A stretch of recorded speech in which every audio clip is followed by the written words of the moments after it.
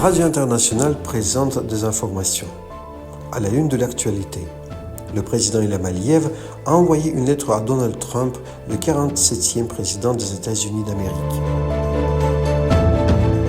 Barry Gardiner, membre de la Chambre des communes du Parlement britannique, a hautement apprécié les résultats de la COP29 et les initiatives climatiques de l'Azerbaïdjan. Le 21 janvier s'est tenue une conférence internationale consacrée à l'île de la Réunion, autrefois sous domination coloniale française, organisée par le groupe d'initiative de Bakou. Le président Ilham Aliyev a envoyé une lettre au 47e président des États-Unis d'Amérique, Donald Trump. La lettre dit « Cher Monsieur le Président, je suis heureux de vous transmettre mes plus sincères félicitations pour votre investisseur en tant que 47e président. Je vous souhaite du succès dans vos activités responsables au sein de l'État. Je vous félicite encore une fois de tout cœur et vous souhaite une bonne santé, du bonheur, du succès dans votre travail, ainsi qu'une paix et une prospérité constante pour le peuple américain amical. » Le président Ilham Aliyev a rencontré aujourd'hui à Davos le président de la République de Lettonie, Edgars Rinkēvičs, à la demande de l'autre partie. Au cours de la conversation, le président letton a déclaré que la réunion d'aujourd'hui a créé une bonne occasion de discuter des relations bilatérales. Le président a exprimé ses condoléances au président de l'Azerbaïdjan pour les victimes de l'accident d'avion. À son tour, notre chef d'État Ilham Aliyev a souligné l'importance de la réunion d'aujourd'hui en termes de discussion des perspectives de notre coopération. Barry Gardiner, membre de la Chambre des communes du Parlement britannique, a salué les résultats de la COP29 et les initiatives climatiques de l'Azerbaïdjan.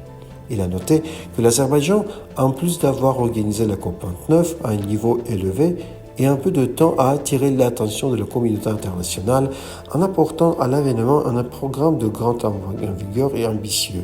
Barry Gardiner a souligné que la COP29 a créé une base solide pour les futures initiatives sur les questions climatiques et a constitué une base importante pour le succès du prochain sommet de Belém.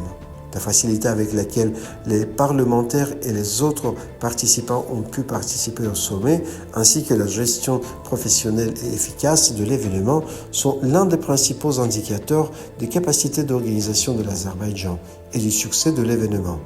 Dans le même temps, il a déclaré que l'Azerbaïdjan travaille sur un projet de corridor vert qui lui permettra d'exporter son énergie durable vers l'Europe, et cette initiative constitue une étape très positive pour la coopération future. Le 21 janvier dernier s'est tenue une conférence internationale consacrée à l'île de la Réunion, colonisée par la France, organisée par le groupe d'initiative de Bakou. La conférence a réuni des représentants du peuple réunionnais en lutte pour l'indépendance, ainsi que des dirigeants d'organisations anticoloniales, des défenseurs des droits de l'homme, des dirigeants d'organisations non gouvernementales et des militants de la décolonisation, des experts et des chercheurs y ont participé. Madi Zirari, président du mouvement Sunungu, a déclaré lors de la conférence « La France a créé un système qui protégeait la discrimination raciale en adoptant des lois pertinentes. La France poursuit sa politique néocoloniale sous diverses formes. Il a été souligné lors de la manifestation que la France tente de réprimer les aspirations à la liberté de la population réunionnaise. » Cet événement servira de plateforme pour appeler au soutien international afin que le peuple réunionnais puisse déterminer de manière indépendante son propre avenir. Tous les peuples du monde doivent lutter contre la politique coloniale de la France. Bien que les informations sur la passé sombre de la France soient rares, ce qu'elle a fait en Algérie est bien connu de tous. Les régions de Kars et d'Igdir sont particulièrement importantes pour les activités de la diaspora azerbaïdjanaise. Nous avons constaté une fois de plus que le peuple turc croit que les relations avec l'Azerbaïdjan sont inébranlables et voit son avenir dans une interaction étroite avec notre pays. Les citoyens du pays frère expriment toujours leur détermination à soutenir l'Azerbaïdjan.